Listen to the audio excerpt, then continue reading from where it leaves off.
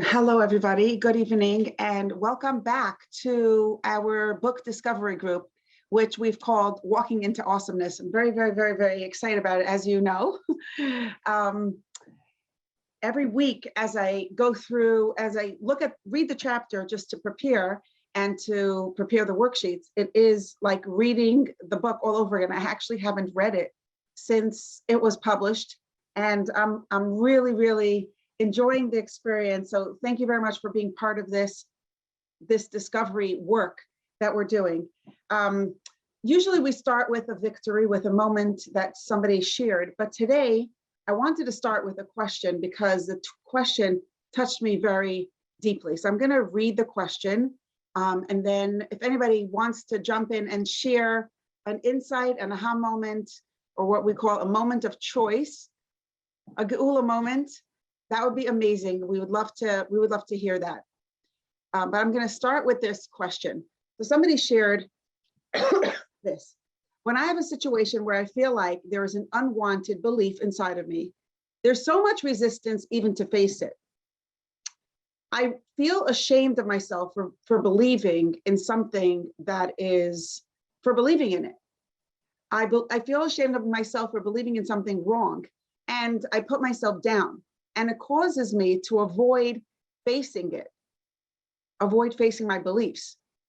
Also, I know that my experience is that when I do challenge my old toxic beliefs, so much voices come up in my head, and it's also connected with childhood events and dynamics where these beliefs served as coping tools. So to separate myself from these beliefs and challenge them is like taking off the armor that saved me as a child, but is now working against me. So what I'm trying to say is that it takes a lot of inner work, and I feel like it drags me into a whole chain of distorted beliefs. For example, in a parenting experience, and she shares a really good example. She says, my daughter spilled her cup of juice, and I was almost acting on my anger, but I stopped and remembered what we learned the night before. This was in our parenting class, to check in, which was following along the same ideas, check in what I value. And here's what I found my value is, that if the house is dirty and my child misbehaves, then something is wrong with me. Okay. And then I looked a little bit deeper and I realized, like, where is this coming from? And I realized that as a child, cleaning after myself was so important to my parents. And if I dare not, she wrote ... When I cleaned in my parents' house, I got a tiny bit of acknowledgement, which I was yearning for desperately. And when I behaved and did household chores all day, I saved myself to some degree from punishment and abuse. I hope I'm being clear. And she writes, I feel like I need more courage, and I'm curious how I can make it simpler.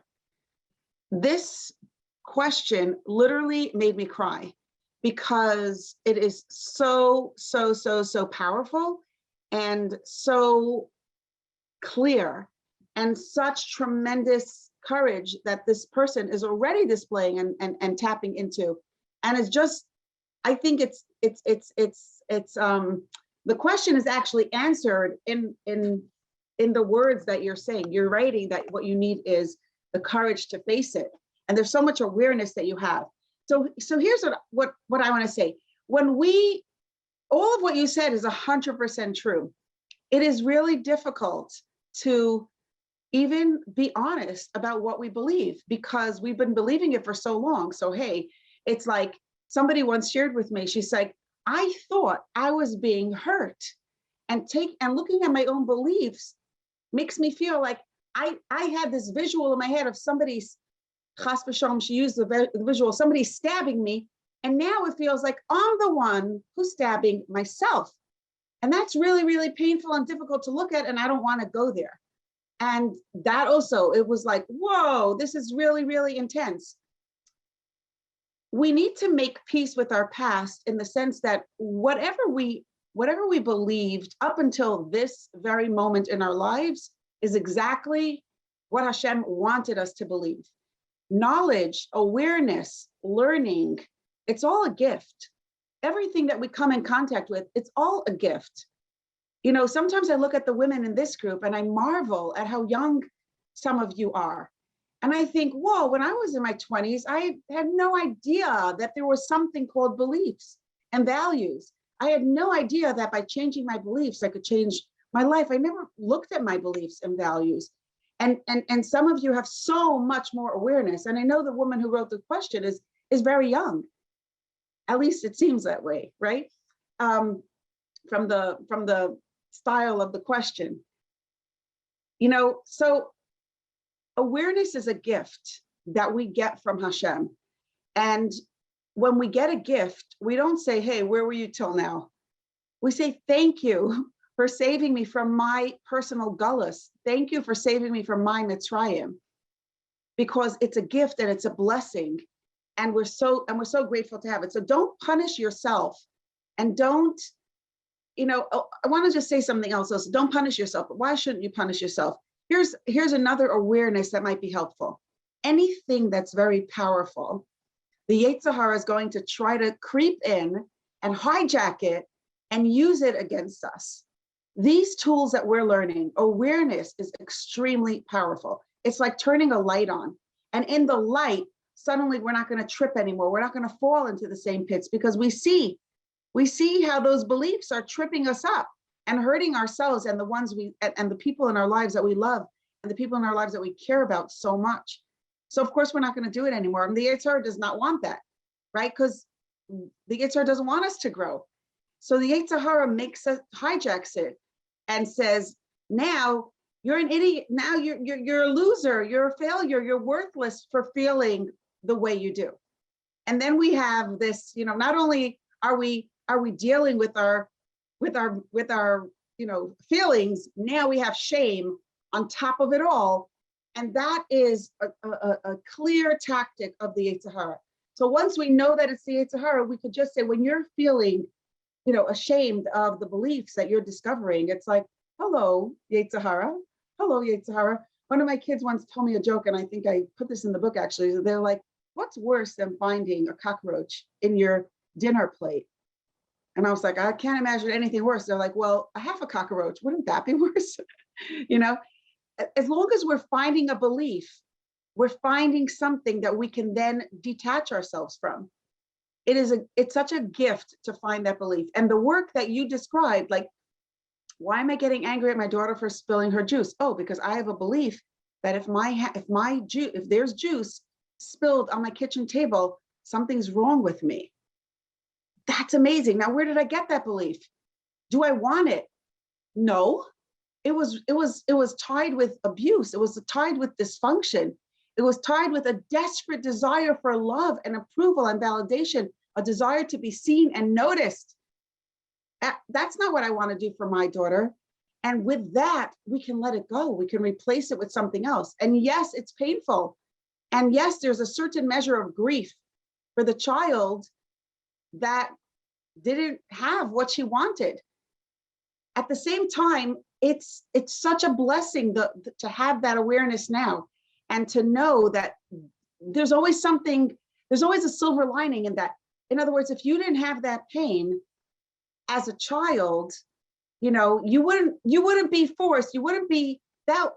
Very often the pain that we have is the impetus that propels us to grow, to look further, to look deeper, to give our children something better, to make the world a better place, to share more light, more love, more goodness to those around us, because we don't want anyone to have that pain, right? So I want to commend you for doing the work, and the group is the place that can give you courage. So if anybody here is listening and you have and you can write this person a note on the chat, I will, you know, copy it and paste it and share it with her. I don't know if she's on the chat, but she definitely has email, and I will, Lena, send it to her.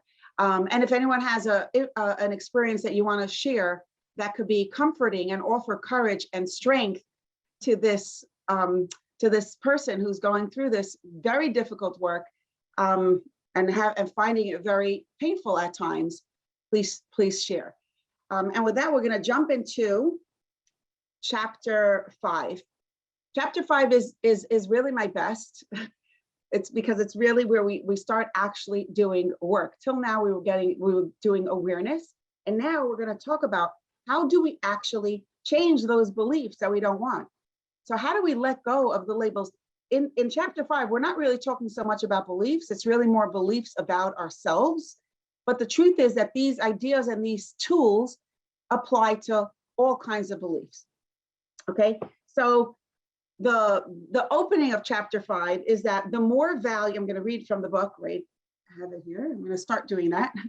The more value and respect we attribute to Hashem, the more value and respect we attribute to our neshama. And the more value and respect we attribute to our neshama, the more value and respect we attribute to ourselves. And to get a little bit into what that looks like, let's go through the worksheets, because I noticed that there are so many words that we throw around about Hashem, and they're just words.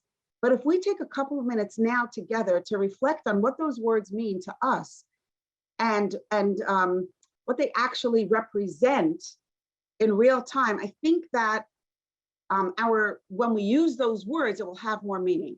Okay, so let's jump into the first worksheet, which it has a bunch of words. Hashem is unchangeable, he's infinite, he's unstoppable, he's respectable, he's good, and Hashem is the only absolute truth. And we casually throw around these words to describe Hashem. What do they actually mean in practical terms? So first of all, let's talk about the difference between relative value and absolute value. If I have $5, $5 compared to 5 cents is a lot of money, right? It's much more than the 5 cents. $5 compared to 500 is nothing.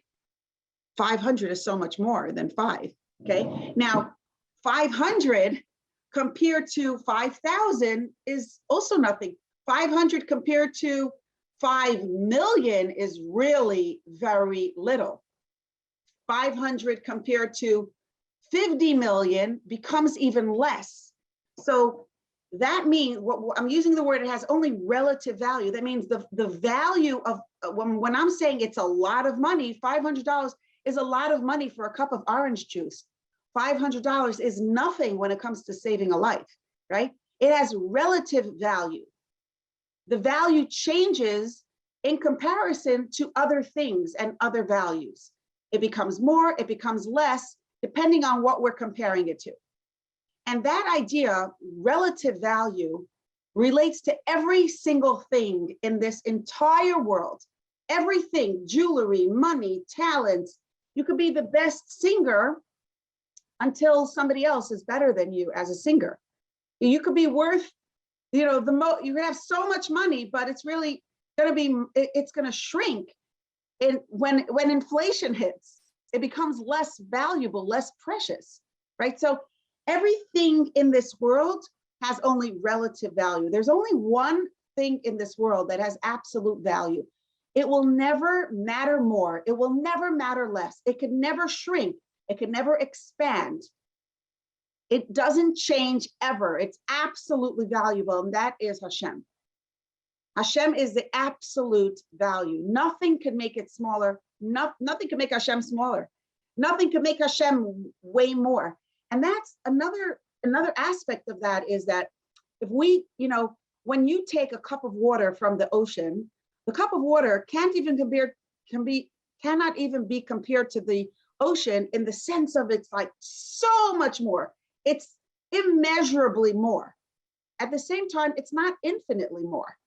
It's immeasurably more, because the ocean, who can measure an ocean? Who can count how many gallons of water are in an ocean? I can't, you can't. But theoretically speaking, there are machines that could count. It is countable, it is measurable. It's immeasurable to me, it's immeasurable to you, but it is measurable. Quality-wise, the cup of water and the ocean water is exactly the same. They're the same quality. When we talk about the comparison between us and Hashem, the difference is infinite. Hashem is infinitely great. That means it's not just that technically speaking, we cannot measure.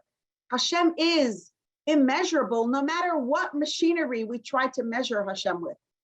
And Hashem is qualitatively, infinitely bigger than anything we could imagine. Not just quantitative, not just in quantity, but in quality. Hashem's greatness is so much greater than our imagination could imagine. Okay, so that was just one word. And now I want to ask you for your thoughts on any of the other words: unchangeable, unstoppable, respectable. What do these words mean to you? Take a minute to think about it. If you want to put your answers into the chat, or if you want to unmute yourself and speak up, what do these words mean to you? Or what other words do you use to describe Hashem? And what do those words mean to you? Thank you for that. Anybody else? Unchangeable, unstoppable. What does it mean, unstoppable? What does it mean, infinite? What does it mean when we say Hashem is absolutely good? And somebody wrote here that unchangeable to her means always present, constant. There's a certain constant, with any person, people come, people go, people are in, people are out. Hashem is unchangeable. His love for us, like Alina just said, is unchangeable. His presence is unchangeable and unstoppable. And what she also said is that, if you do something wrong, someone will say, okay, I forgive you. You do it again, they'll say, okay, I forgive you. The third time they're already, a person doesn't forgive. Or someone once said to me, she said, I always forget and forgive, but I never forget what I forgive. We are like that, but Hashem is not. Hashem actually forgives truly, completely. And it's an incredible gift that we have. Now, all these words now have, if you gave them some thought, now they have some more meaning. The fact that we have a part of Hashem within us means that there's a part of us that has absolute value. Everything else within us has only relative value, but there's a part of us that has absolute value, unconditionally good, and is unstoppable. We always have a power of choice. We don't have the ability to choose what's on our plate, but we always have that power to choose something, to choose a way forward, right? So we have this in us. We have infinity, goodness, unchangeable goodness, and unstoppable power of choice. And we're infinitely, unconditionally respectable and love. All right, let's move on to the next worksheet, which is just kind of like a little bit of a thought process. Some of you have heard this before, okay? In what sense is our neshama our truest self-definition? This question has come up all the time. People have said, very nice that I have a neshama, but why does that define me? Where's the logic in that? I don't know. I don't think about my neshama. I don't see my neshama. It doesn't take up space in my life. It doesn't show up in my action. Who decided that that is really my truest self-definition? So considering all that we know about Hashem's value, okay, let's go through a little bit of a thought process that will help us identify, come to some clarity about this, okay? So number one is when we add a diamond to a gold ring, if I have a gold ring and then I add a diamond to it, how do we describe the ring? The ring now becomes a diamond ring, right? Nobody calls it a gold ring that has a diamond. We call it a diamond ring. Why do we describe it as a ring that has a diamond on it?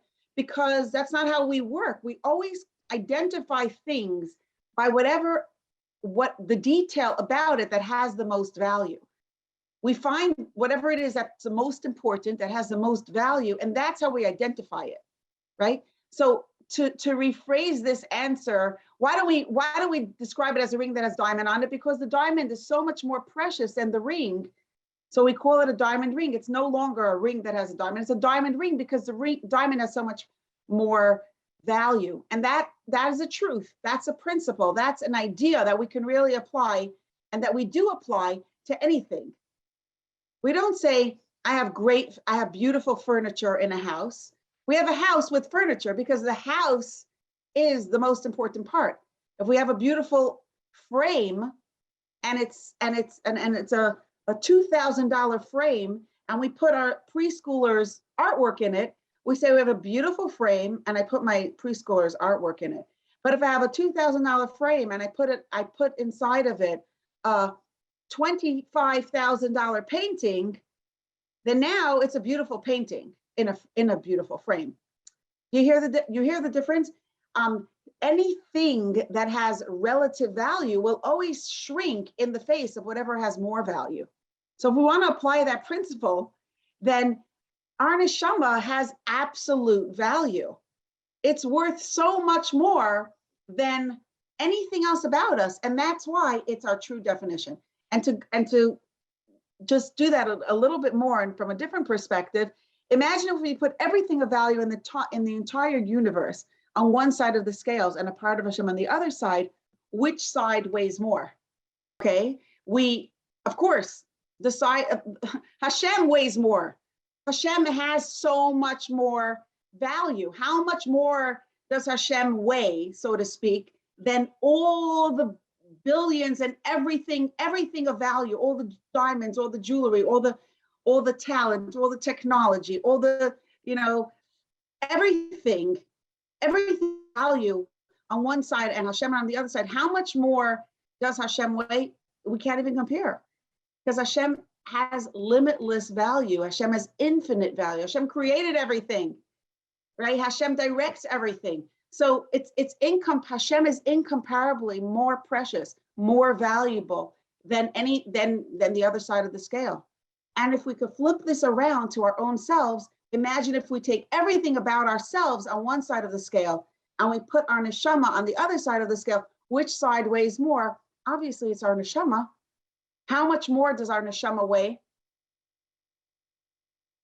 Yeah, incomparable. It's immeasurable, right? And that's because our neshama is incomparably more.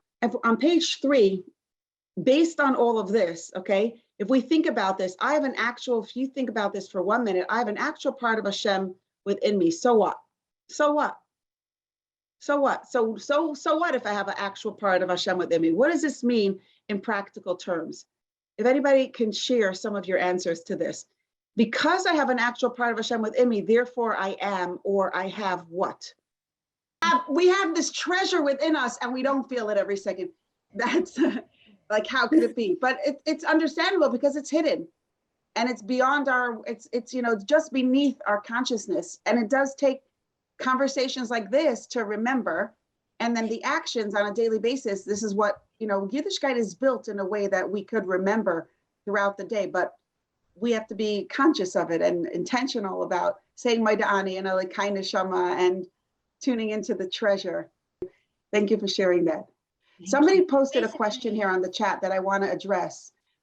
She's saying that maybe we are the opposite of unstoppable because we could be stopped from doing what we want and we're not in control.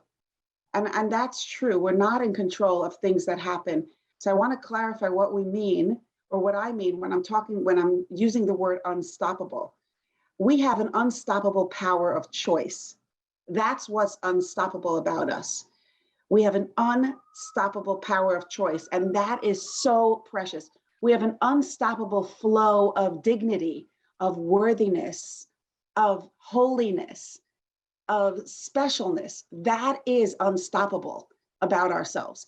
So yeah, we cannot control what other people do.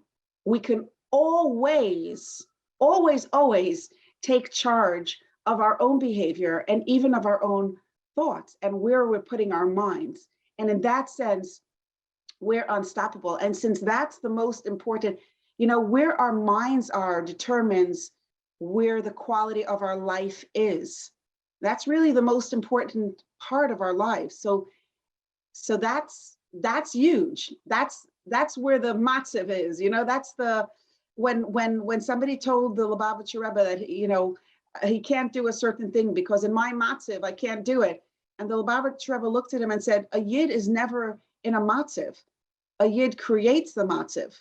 A matziv means situation. The Rebbe said, a Jew is never in a situation. A Jew creates a situation. The Rebbe wasn't joking. Of course we're in situations. All of us are right now in a situation called COVID. in the world, right? And it's a huge situation beyond our control.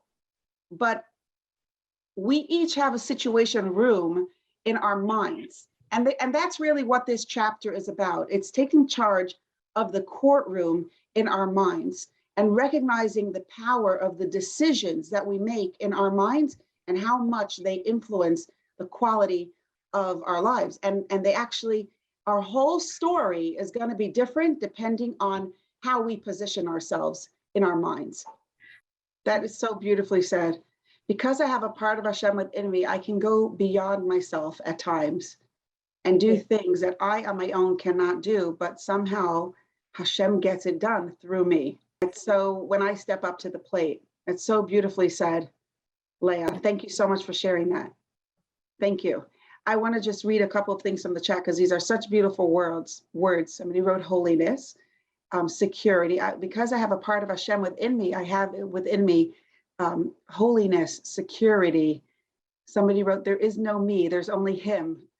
His will is my will. Limitless potential and ability to have a relationship, a connection with Hashem. We're not a victim. Because I have a part of Hashem within me, I am not a victim of circumstances.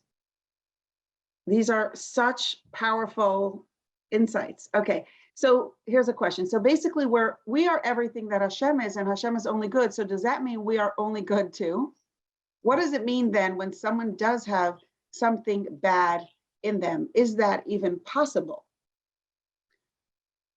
No, we don't have anything bad in us, but we have the power of choice, and we could do things that are not consistent with our godliness.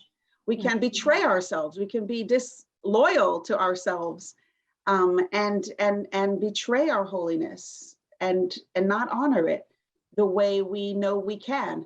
But that doesn't make us bad. And the minute we become aware that we want to change, we can change. We can let go of it. We can create, distance between us and any mistake that we have possibly made. And that's also because of the part of Hashem within us, because ultimately our neshama is untouchable and it's unchangeable. So if we create distance in our consciousness, it's only in our consciousness. It's not actual.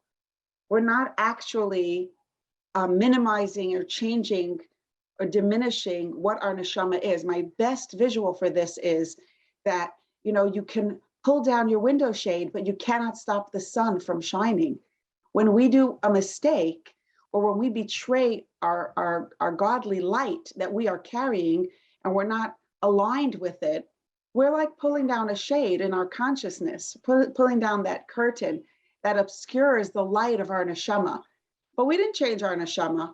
And the minute we could, and we do, pull aside that curtain, and Hashem, and when we try to do it, Hashem helps us pull aside that curtain and let it shine again. So no, there's no inherent badness within us.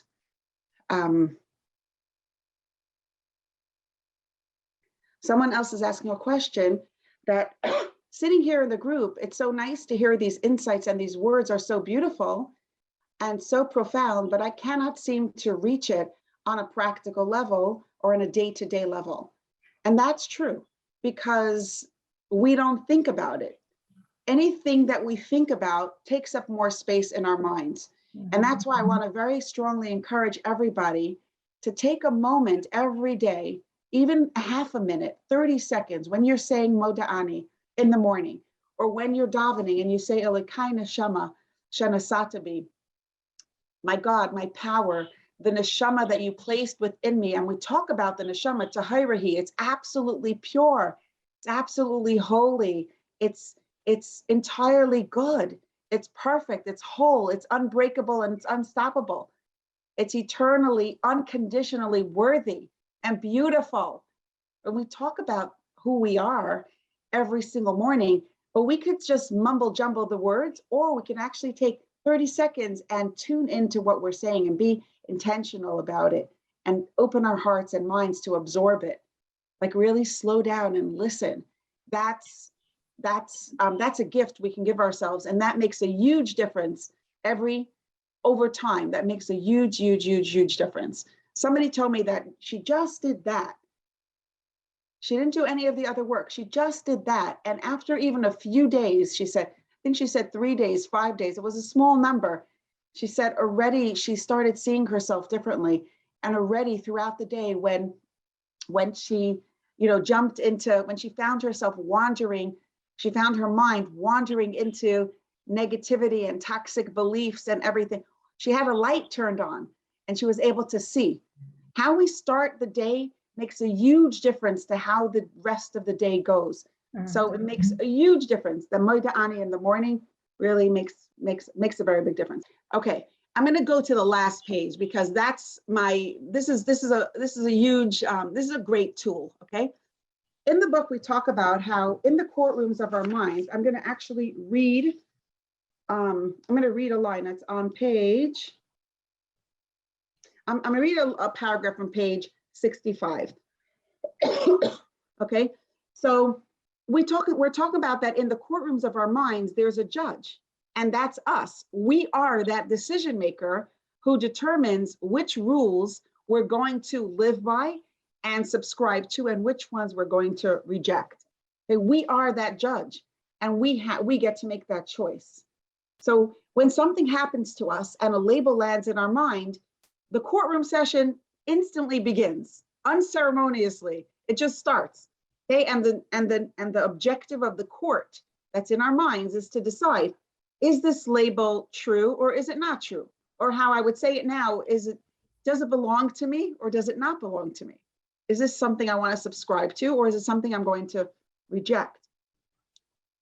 As soon as the court issues a decision, neurons are instantly fired up, and that decision is experienced in our actions and in our emotions. So if we want to feel that Hashem's presence within us is giving us infinite, unchangeable value, we need to decide that his presence within us is indeed capable of that, is indeed what gives us infinite, unchangeable value. We need to make that decision in our minds. And if we want to let go of labels that contradict our absolute unchangeable value, we need to decide that those labels are not true. We need to make that decision. Those labels do not belong to me. Every time we decide that a rule is true, we reinforce our connection with that rule. And when we act as if a rule is true, we condition our minds to continue acting as if it's true. So this worksheet is based on that paragraph in the book, okay? Within the courtrooms of our mind, it's up to us to decide what we believe about ourselves. So in the first little box on top, it says when a situation or interaction triggers disempowerment, it says, it was supposed to say a disempowering label, whatever, it's a mistake. What is the label? What are the words I'm using to describe myself? What does it mean? Somebody want to use an example? I'm going to use the orange juice example, okay? The situation that she talked about was that her daughter spilled a cup of orange juice. The label that instantly landed on her head was something is wrong with me. And the emotion was intense shame. She felt bad about herself, that here she is in a puddle of a mess, in a dirty house that looks like it wasn't cleaned in the last in forever because there's orange juice all over the place. Okay, now let's take a closer look at the label. Is it aligned with the truth about our worthiness and our empowerment? So the label is something is wrong with me. I am shameful. Is this label consistent with my unchangeable worthiness? I'm going to make it bigger for myself because I can't read it. Is this label consistent with my unchangeable worthiness? Anybody want to go through this? I hope you're all, okay? Is this label, something is wrong with me? Does that align with the fact that we are unchangeably worthy? I'm gonna challenge this because I know that many times when we do this, people say, well, yeah, I could have, it could be that I'm worthy and something is wrong with me. I have value and also something is wrong with me. So I want to just say, when someone says something is wrong with me, okay, what are they talking about? They're not saying, oh, it's just, and someone says, oh, but you're walking down the street and you see somebody has like, I don't know, a leaf landed on their jacket. Okay. And you're like, oh, by the way, there's a leaf on your jacket.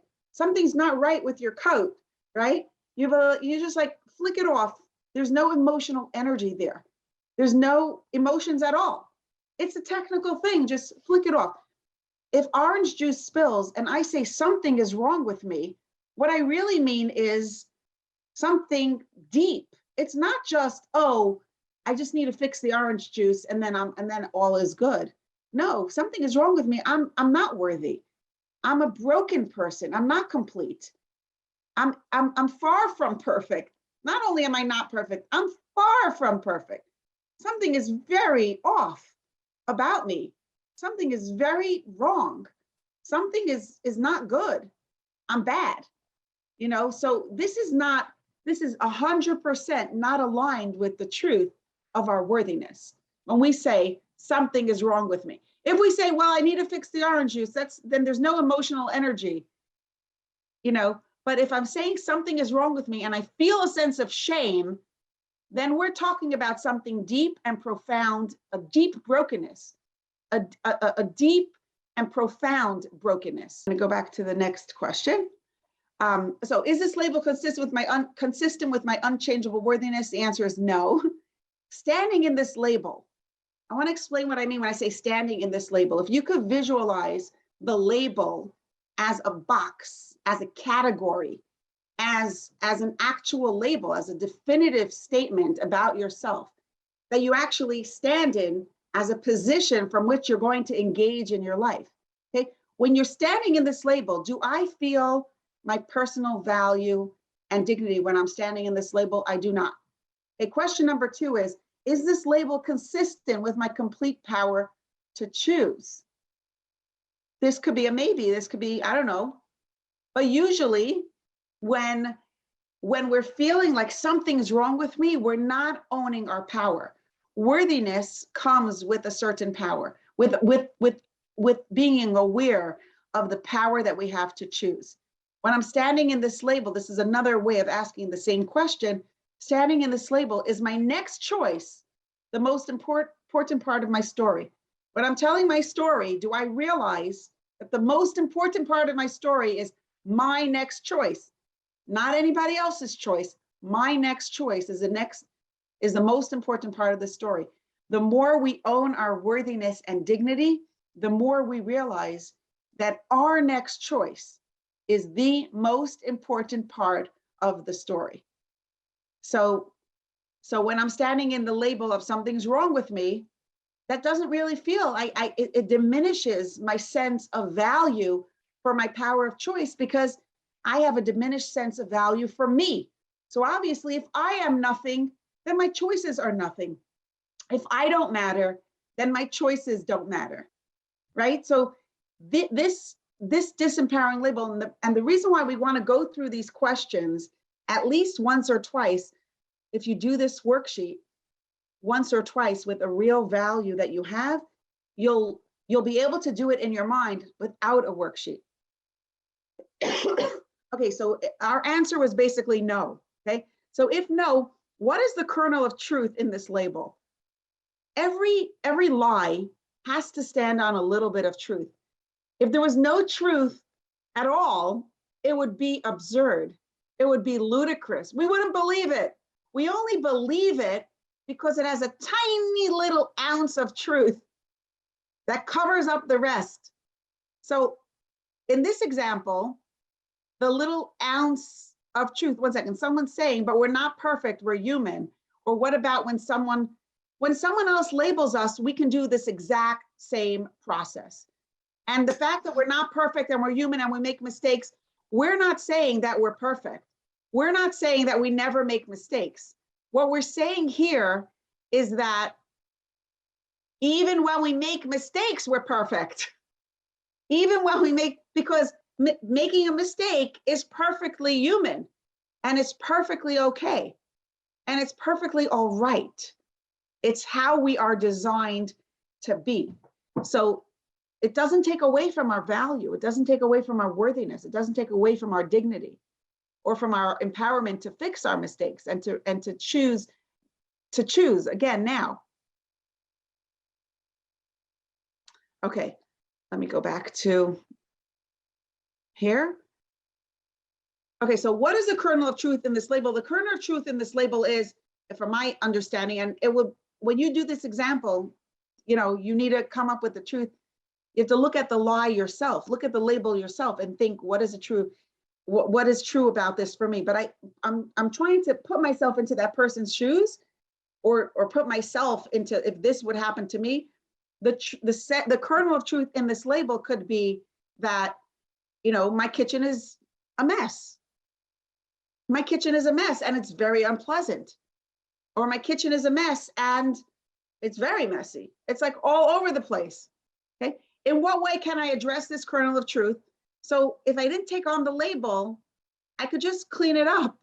I could take a towel, I could take paper towels and just wipe it up. And I could mop it up and I could clean it up. I could get my daughter who spilled it to clean it up.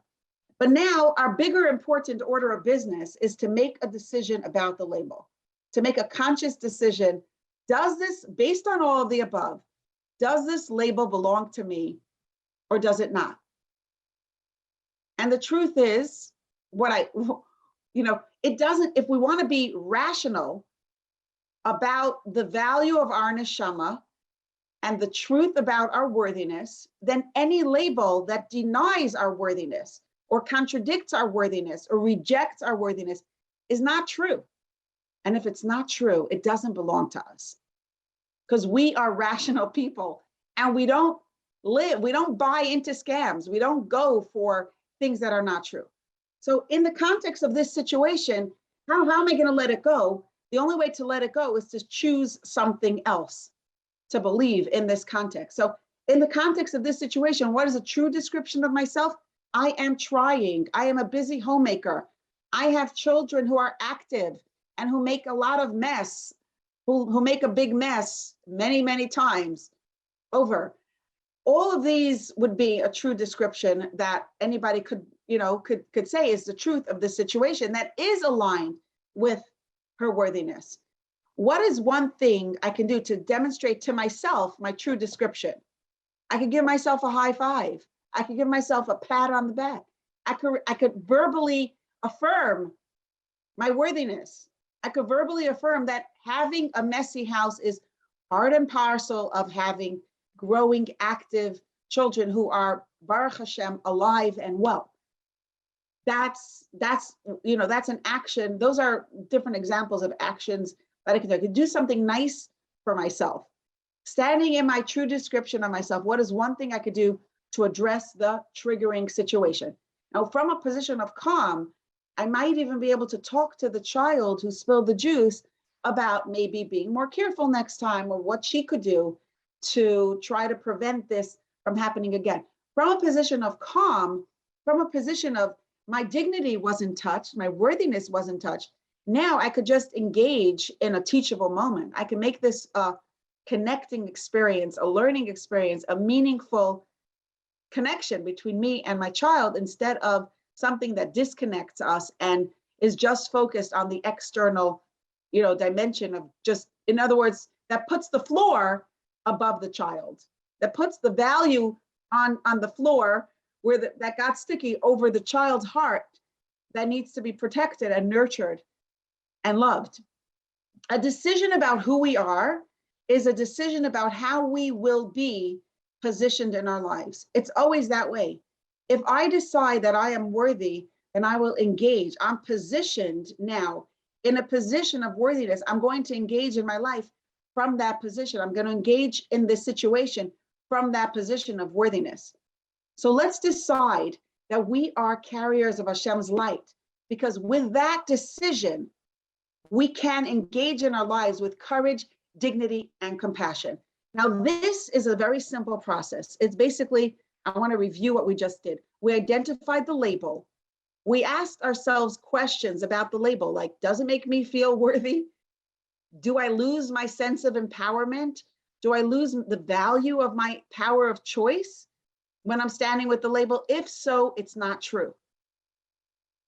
And if it's not true, what then do I want to believe about myself? What could I say that is true in the context of this situation?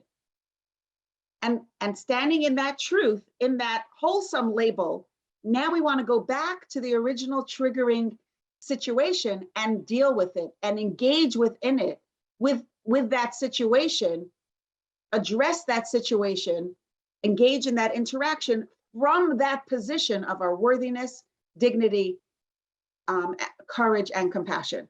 And that makes all the difference.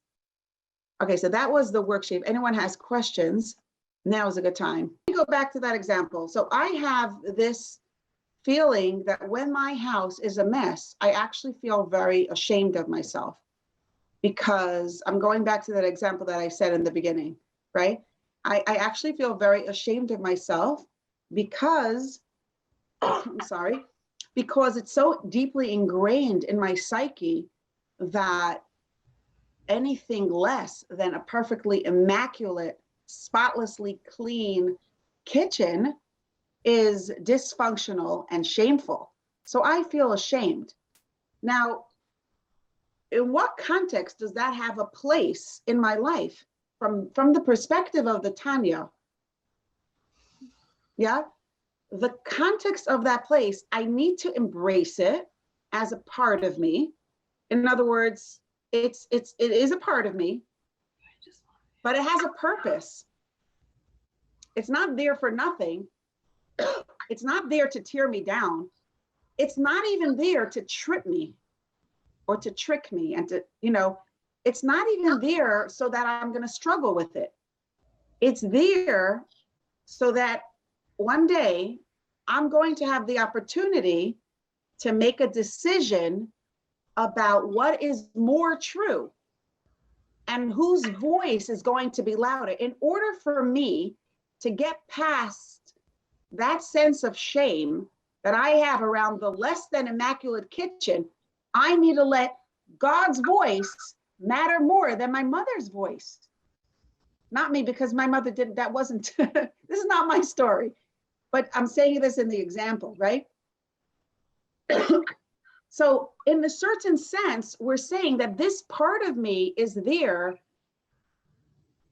kind of as a hole. It's a hole that I could trip into. It's a painful part. And it's there because it calls me to choose God from a deeper place. But when I do, that part of me becomes transformed. It becomes integrated. It no longer, I can liberate it from its pain, because now that little girl who was hurt, it's like, when you see a little girl who's 4 years old and she's sitting and crying in the corner because she lost her candy, right? And you say, come, I'm going to help you find your candy. And you hold her hand. And you first, you help her calm down and you help her find her candy. She's happy now. So her tears are gone, her suffering is gone, but she's not gone. She's not gone. And now you have a relationship with her. So now if that little girl is a part of you, then now you have a relationship. You're more complete, you're more whole. There's an integration between my past and my present.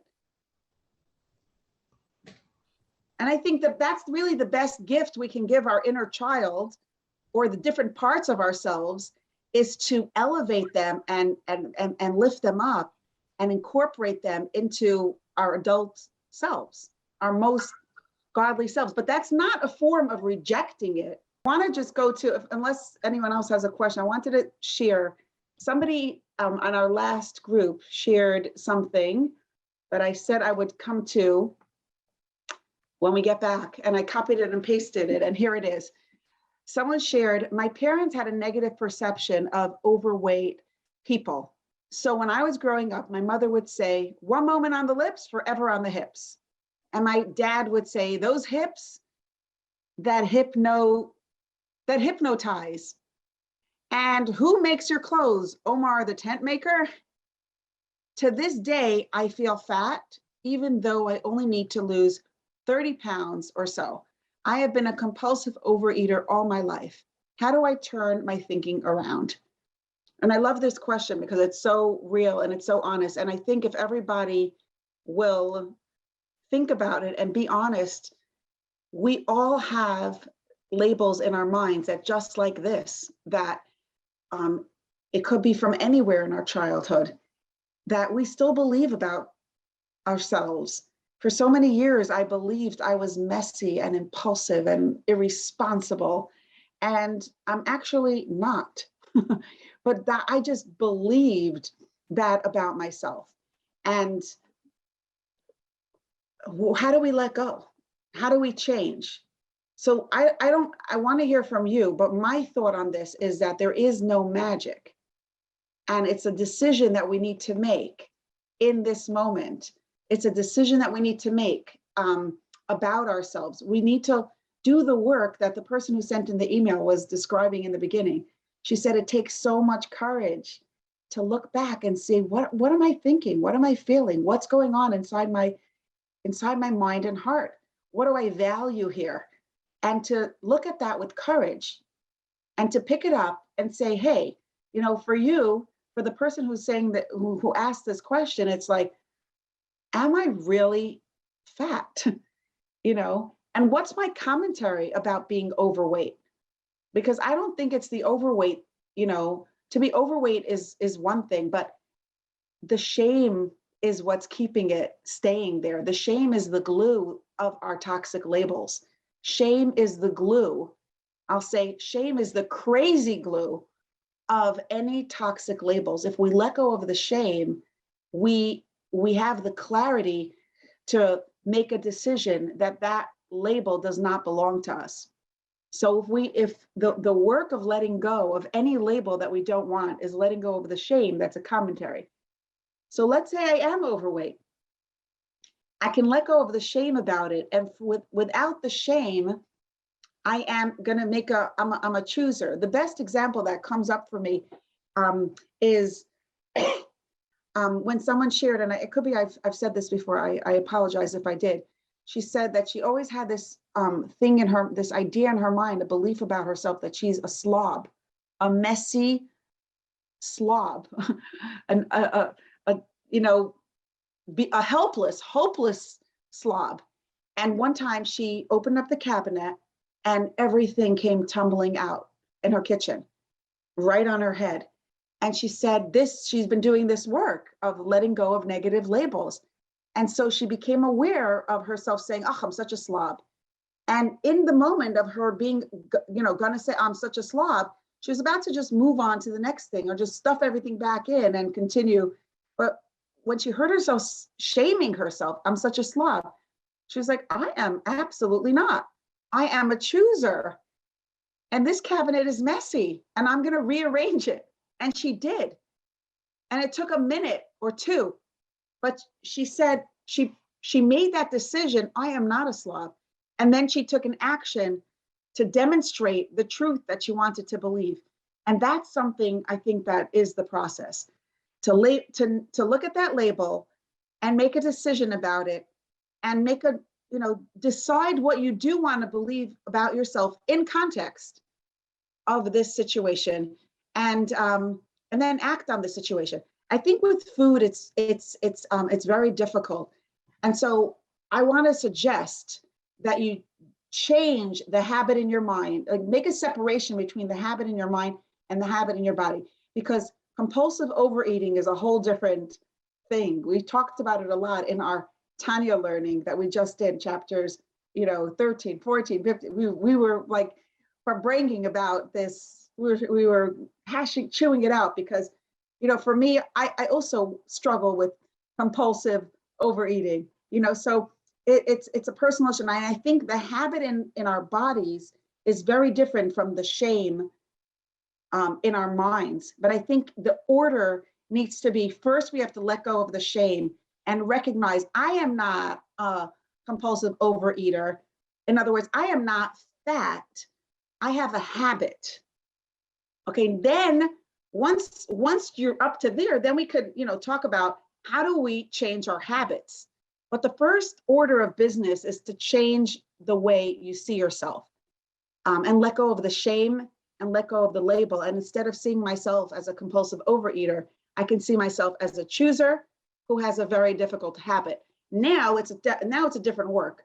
Getting, the physical habit, I think it's almost an addiction, when it comes to food. And we all have, I know it's not the same category and people get offended when it's not an addiction, but we all have addictive kind of behaviors. And that's why I said it's almost an addiction. It's not, I don't know you, but maybe it is an addiction, but that's a whole different agenda. But the first order of business is change the way you see yourself. And for that, the tool that we use today is it could be very, very helpful. The last page of what we did today. Wow. Thank you so much for sharing. Thank you everybody for sharing. This was really a wonderful, wonderful evening. I can't believe I'm looking at the watch. It's so late. Yeah, so you're saying that these are all opportunities, really, like for greater transformation. I want to just read the summary of the chapter. The main idea of the chapter is that Hashem's value is unchangeable, and as carriers of a part of Hashem, our personal value is unchangeable. It may feel like people and circumstances could dictate our personal value, but our mind is like a courtroom, and nobody but our own selves can dictate what we believe. We can choose to decide. We can choose to let our neshama, our awesome self, matter more than anything else about us. I want to encourage everybody during this week to notice labels, take a closer look at them. Don't be afraid. They will not bite you, and it might hurt to know, and it might require some grief to look back and say, oh my, this, I was carrying this all along. But let's try to look at it as something like what Yehudis just said, setting ourselves free, and it really, let's try to look towards the future and towards the goodness that we could create, and let that give us the courage to own it. And we would never have the light if we did not have the darkness. So it's really, really, really all a gift. Everything, it's all a gift, and it's all part of our personal story and the work that Hashem needs from each of us personally to bring Geula into the world. So let's make those choices this week and those decisions to let Hashem matter more than anything else about us, to let our neshama matter. And with that, we bring the aleph of Hashem's presence into our lives, and that really brings Geula into our lives and into the world. Thank you again for joining, and I'm really looking forward to chapter 6. I can't believe we're actually doing this.